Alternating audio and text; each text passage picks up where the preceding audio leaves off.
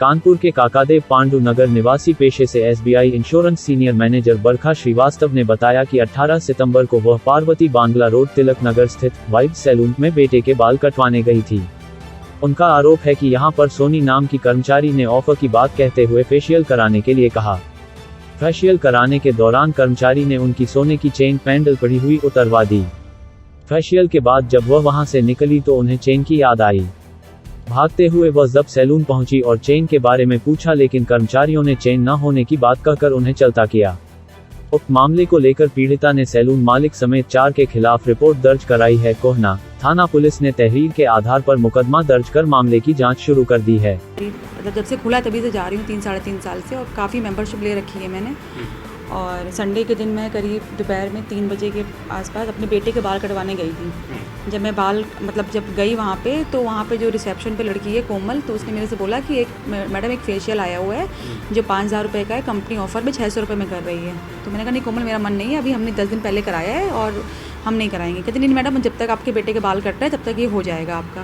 बड़ा प्रेशर कर गया, तो मैं क्योंकि पुराने रिलेशन है तो मैं मना नहीं कर पाई, तो मैंने कहा चल ठीक है, अच्छा कर दे।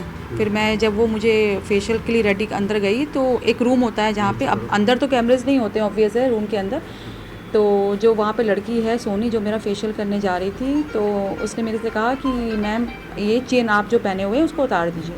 तो मैंने कहा नहीं बेटा, मैं चेन नहीं उतारती हूँ क्योंकि ये लॉक इसका टाइट है, खुलता नहीं है और मैं नहीं उतारूँगी इसको। कहती नहीं मैडम आप उतार दीजिए इसको, नहीं तो फेशियल नहीं हो पाएगा। और मतलब मैं कान की भी पहनी थी, और फेशियल जो होता है तो उसमें कान में ज़्यादा तकलीफ होती है, चेन में नहीं होती है। लेकिन उसने मेरी केवल चेन खोली और मतलब बहुत शिद्दत से उसने खोल के साइड में रख दी।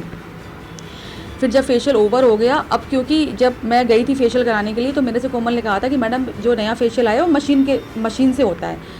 जबकि फेशियल मेरा ऐसा कुछ भी नहीं हुआ है, नॉर्मल क्रीम व्रीम से जो उनकी होती है, मतलब जस्ट बेवकूफ़ बनाने वाली टेक्निक थी उनकी। तो जब मैं क्योंकि मुझे गुस्सा था, मैं अपना चश्मा उठाया, मैं बाहर आ गई। ठीक है, मैं पहले बाहर आई हूँ, सोनी रूम में ही थी।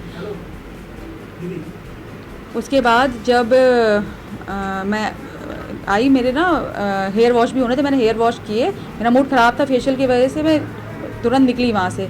मैं ट्रेंड्स बगल में शोरूम में पहुंची, मुझे चेन का याद आया। इतने में कोमल का फ़ोन आया ओटीपी बताने के लिए, कुछ उनका रजिस्ट्रेशन होता है।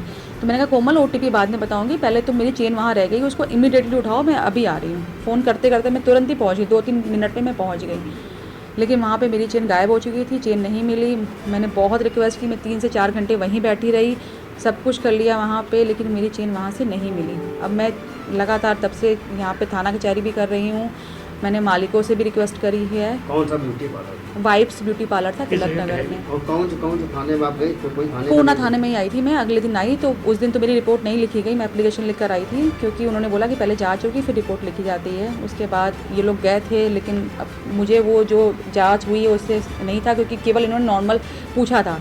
मतलब अगर शायद उस दिन भी थोड़ा स्ट्रिक्टली किया होता तो शायद निकल हो गया होता। एनीवेज हम केवल अपनी नुकसान की भरपाई चाह रहे हैं। मेरी केवल ये रिक्वेस्ट है कि जो मेरा नुकसान हुआ है, क्योंकि वाइब्स एक छोटा मोटा ब्रांड नहीं है, हम हज़ारों रुपया खर्च करते हैं वहाँ पे।